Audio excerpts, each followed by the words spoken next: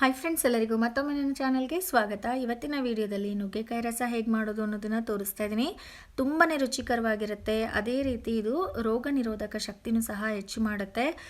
ಕೆಮ್ಮಿರ್ಬೋದು, ನೆಗಡಿ ಇರ್ಬೋದು ಇದ್ದಾಗ ನೀವು ಈ ರೀತಿ ಈ ರಸನ ಮಾಡಿ ನೋಡಿ, ಇಮ್ಮಿಡಿಯೇಟಾಗಿ ನಿಮಗೆ ರಿಲೀಫ್ ಸಿಗುತ್ತೆ. ಅಷ್ಟು ಎಫೆಕ್ಟಿವ್ ಆದ ಒಂದು ರಸ ಅಂತಲೇ ಹೇಳ್ಬೋದು. ಹೇಗೆ ಮಾಡೋದು ಅನ್ನೋದನ್ನು ನೋಡೋಣ ಬನ್ನಿ. 2 ನುಗ್ಗೆಕಾಯಿನ ತೊಗೊಂಡು ಮೇಲಿರೋ ನಾರೆಲ್ಲ ತೆಗೆದು ಕಟ್ ಮಾಡಿ ಇಟ್ಟಿದ್ದೀನಿ. 3 ಹಸಿಮೆಣಸಿನ್ಕಾಯಿ, ಒಂದೇ 1 ಸ್ಪೂನಷ್ಟು ತೊಗರಿಬೇಳೆನ ತೊಗೊಂಡಿದ್ದೀನಿ. ಈ 3ನ್ನ ಒಂದು ಕುಕ್ಕರಲ್ಲಿ ಹಾಕ್ಕೊಂಡು ಬೇಯಿಸ್ಕೊಳ್ಳೋಣ. ನೀವು ಬೇಳೆನ ಜಾಸ್ತಿ ಹಾಕಬಾರ್ದು, 1 ಸ್ಪೂನ್ಗಿನೂ ಜಾಸ್ತಿ ಹಾಕ್ಕೊಂಡ್ರೆ ಚೆನ್ನಾಗಿರಲ್ಲ. ನೋಡಿ, ಇದಕ್ಕೆ ನೀರು ಹಾಕ್ಕೊಂಡು ಇದಕ್ಕೆ ನುಗ್ಗೆಕಾಯಿಗೆ ಎಷ್ಟು ಬೇಕೋ ಅಷ್ಟು ಮಾತ್ರ ಉಪ್ಪನ್ನು ಸೇರಿಸ್ಕೊಳ್ಳೋಣ. ಒಂದು ಅರ್ಧ ಸ್ಪೂನಷ್ಟು ಎಣ್ಣೆನ ಹಾಕ್ಕೊಂಡು ಇದನ್ನು ಒಂದು 5ರಿಂದ 6 ವಿಸಿಲ್ಲು ತಗೊಂಡು ಬೇಯಿಸ್ಕೊಂಡು ಬರೋಣ.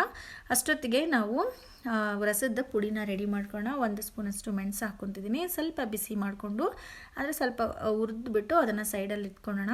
2 ಸ್ಪೂನಷ್ಟು ಜೀರಿಗೆ ಹಾಕ್ಕೊತಾ ಇದ್ದೀನಿ. 2 ಸ್ಪೂನ್ ಜೀರಿಗೆಗೆ 1 ಸ್ಪೂನಷ್ಟು ನಮಗೆ ಮೆಣಸು ಬೇಕಾಗುತ್ತೆ. ಒಂದು 10 ಕಾಳು ಮೆಂತ್ಯನ ಹಾಕ್ಕೊತಾ ಇದ್ದೀನಿ. ಇದು ಚೆನ್ನಾಗಿ ಈ ಥರ ಫ್ರೈ ಆಗಬೇಕು, ತುಂಬ ಸೀದಿಸಬಾರ್ದು ನೀವು. ನೋಡಿ, ಈ ಥರ ಫ್ರೈ ಆಗಿ ಘಮ ಬಂದ ತಕ್ಷಣ ತೆಗೆದುಬಿಡಬೇಕು.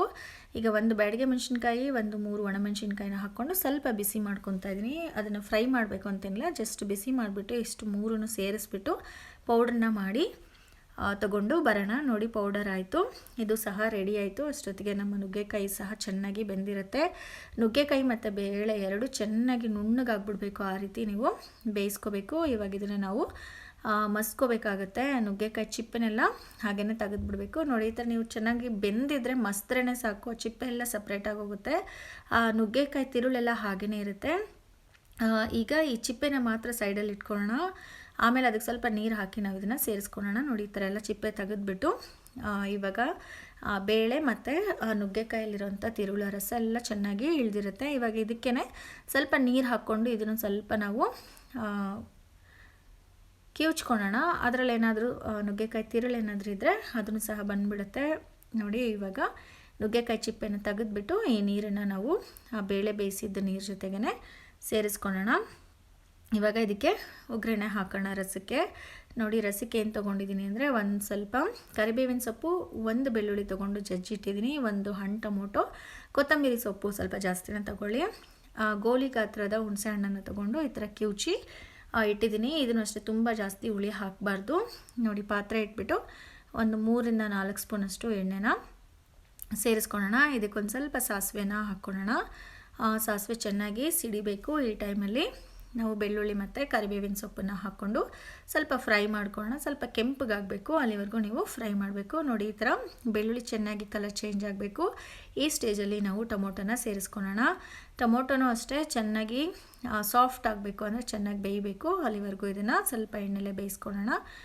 ಈ ಟೊಮೊಟೊ ಸಾಫ್ಟ್ ಆಗೋದಕ್ಕೋಸ್ಕರ ನಾವು ಸ್ವಲ್ಪ ಉಪ್ಪನ್ನ ಹಾಕ್ಕೊಳ್ಳೋಣ. ಅಂದರೆ ನಿಮಗೆ ರುಚಿಗೆ ಎಷ್ಟು ಬೇಕೋ ರಸಕ್ಕೆ ಆ ಉಪ್ಪನ್ನ ಈಗಲೇ ಸೇರಿಸ್ಕೊಂಡು ನೋಡಿ, ಈ ಥರ ಸಾಫ್ಟ್ ಆಗ್ತಾ ಬರುತ್ತೆ. ಈಗ ನಾವು ಇದಕ್ಕೆ ರಸದ ಪೌಡರ್ನ ಸೇರಿಸ್ಕೊಳ್ಳೋಣ. ಇದನ್ನು ಅಷ್ಟೇ ಸ್ವಲ್ಪ ಚೆನ್ನಾಗಿ ಮಿಕ್ಸ್ ಮಾಡ್ಕೊಳ್ಳೋಣ. ಇವಾಗ ಹುಣಸೆ ಹಣ್ಣು ರಸನೂ ಹಾಕ್ಕೊತಾ ಇದ್ದೀನಿ. ಹುಣಸೆ ಹಣ್ಣು ರಸ ಸ್ವಲ್ಪ ಕುದಿ ಬರಬೇಕು, ಹಸಿ ವಾಸನೆ ಎಲ್ಲ ಹೋಗಬೇಕು. ಒಂದು ಸ್ವಲ್ಪ ಅರಿಶಿನ ಸಹ ಸೇರಿಸ್ಕೊಳ್ಳೋಣ ಕಲರ್ಗೆ. ನೋಡಿ, ಚೆನ್ನಾಗಿ ಮಿಕ್ಸ್ ಮಾಡಾಯಿತು. ಇದು ಕುದಿ ಬರಬೇಕಾದ್ರೆ ನಾವು ಬೇಯಿಸಿರೋಂಥ ನುಗ್ಗೆಕಾಯಿ ಮತ್ತು ಬೇಳೆ ನೀರನ್ನು ಇದರಲ್ಲಿ ಸೇರಿಸ್ಕೊಳ್ಳೋಣ. ನೋಡಿ, ಚೆನ್ನಾಗಿ ಮಿಕ್ಸ್ ಮಾಡಿಕೊಂಡು ನಿಮಗೆ ನೀರು ನೋಡಿ ಹಾಕ್ಕೊಳ್ಳಿ ಕನ್ಸಿಸ್ಟೆನ್ಸಿ. ರಸಮ್ ಸ್ವಲ್ಪ ತೆಳ್ಳಗಿದ್ರೆ ಚೆನ್ನಾಗಿರುತ್ತೆ. ಹಾಕ್ಕೊಂಡು ಇದನ್ನು ಹಾಗೆ ಕುದಿಯೋಕ್ಕೆ ಬಿಟ್ಬಿಡೋಣ. ತುಂಬ ಕುದಿಬಾರ್ದು. 1 ಕುದಿ 2 ಕುದಿ ಬಂದಿದ ತಕ್ಷಣ ರಸಮ್ನ ಆಫ್ ಮಾಡಿಬಿಡಬೇಕು. ನಾವು ಈಗ ಕೊತ್ತಂಬರಿ ಸೊಪ್ಪನ್ನ ಹಾಕ್ಕೊಳ್ಳೋಣ. ಕೊತ್ತಂಬರಿ ಸೊಪ್ಪು ಸ್ವಲ್ಪ ಜಾಸ್ತಿನೇ ಹಾಕ್ಕೊಂಡ್ರೆ ರಸಮ್ ತುಂಬಾ ರುಚಿಯಾಗಿ ಬರುತ್ತೆ. ನೋಡಿ, ಕಲಿಸ್ಬಿಟ್ಟು ಹಾಗೆ ಬಿಟ್ಬಿಡೋಣ. 1 ಕುದಿ 2 ಕುದಿ ಬಂದಿದ ತಕ್ಷಣ ನಾವು ಸ್ಟವ್ನ ಆಫ್ ಮಾಡ್ಕೊಂಬಿಡ್ಬೇಕು. ಈ ರೀತಿ ಒಂದ್ಸರಿ ನುಗ್ಗೆಕಾಯಿ ರಸ ಮಾಡಿ ನೋಡಿ. ನುಗ್ಗೆಕಾಯಿ ಇದ್ದಾಗೆಲ್ಲ ನೀವು ಇದೇ ರೀತಿ ರಸ ಮಾಡಿಕೊಡ್ತೀರಾ. ಅದೇ ರೀತಿ ಮನೆಯಲ್ಲೆಲ್ಲರಿಗೂ ಇಷ್ಟನೂ ಆಗುತ್ತೆ. ಅನ್ನಕ್ಕೆ ಮತ್ತು ರಸ ಕುಡಿಯೋದಕ್ಕೆ, ಜೀರ್ಣಕ್ಕೆ ಎಲ್ಲದಕ್ಕೂ ಸೂಪರ್ ಅಂತಲೇ ಹೇಳ್ಬೋದು. ಒಮ್ಮೆ ಟ್ರೈ ಮಾಡಿ ನೋಡಿ, ಹೇಗೆ ಬಂದಿತ್ತು ಅನ್ನೋದನ್ನು ತಿಳಿಸಿ. ನೋಡಿ, ಒಂದ್ಸರಿ ಕುದಿ ಬಂದ ತಕ್ಷಣ ಆಫ್ ಮಾಡಿಬಿಡೋಣ. ತುಂಬಾ ಕುದಿಸೋಕೆ ಹೋಗಬಾರ್ದು. ರಸ ಕುದಿಸಿದ್ರೆ ಅದು ಟೇಸ್ಟ್ ಎಲ್ಲನೂ ಹಾಳಾಗುತ್ತೆ. 1-2 ಕುದಿ ಬಂದಿದ ತಕ್ಷಣ ಆಫ್ ಮಾಡಿದ್ರೆ ರುಚಿಕರವಾದ ರಸಮ್ಮು ರೆಡಿ ಆಯಿತು. ಈ ವಿಡಿಯೋ ನಿಮಗೆ ಇಷ್ಟ ಆಗಿದೆ ಅಂತ ನಾನು ಭಾವಿಸ್ತೀನಿ. ಇಷ್ಟ ಆಗಿದರೆ ಲೈಕ್ ಮಾಡಿ, ಶೇರ್ ಮಾಡಿ ಮತ್ತು ನನ್ನ ಚಾನಲ್ನ ಸಬ್ಸ್ಕ್ರೈಬ್ ಮಾಡಿ.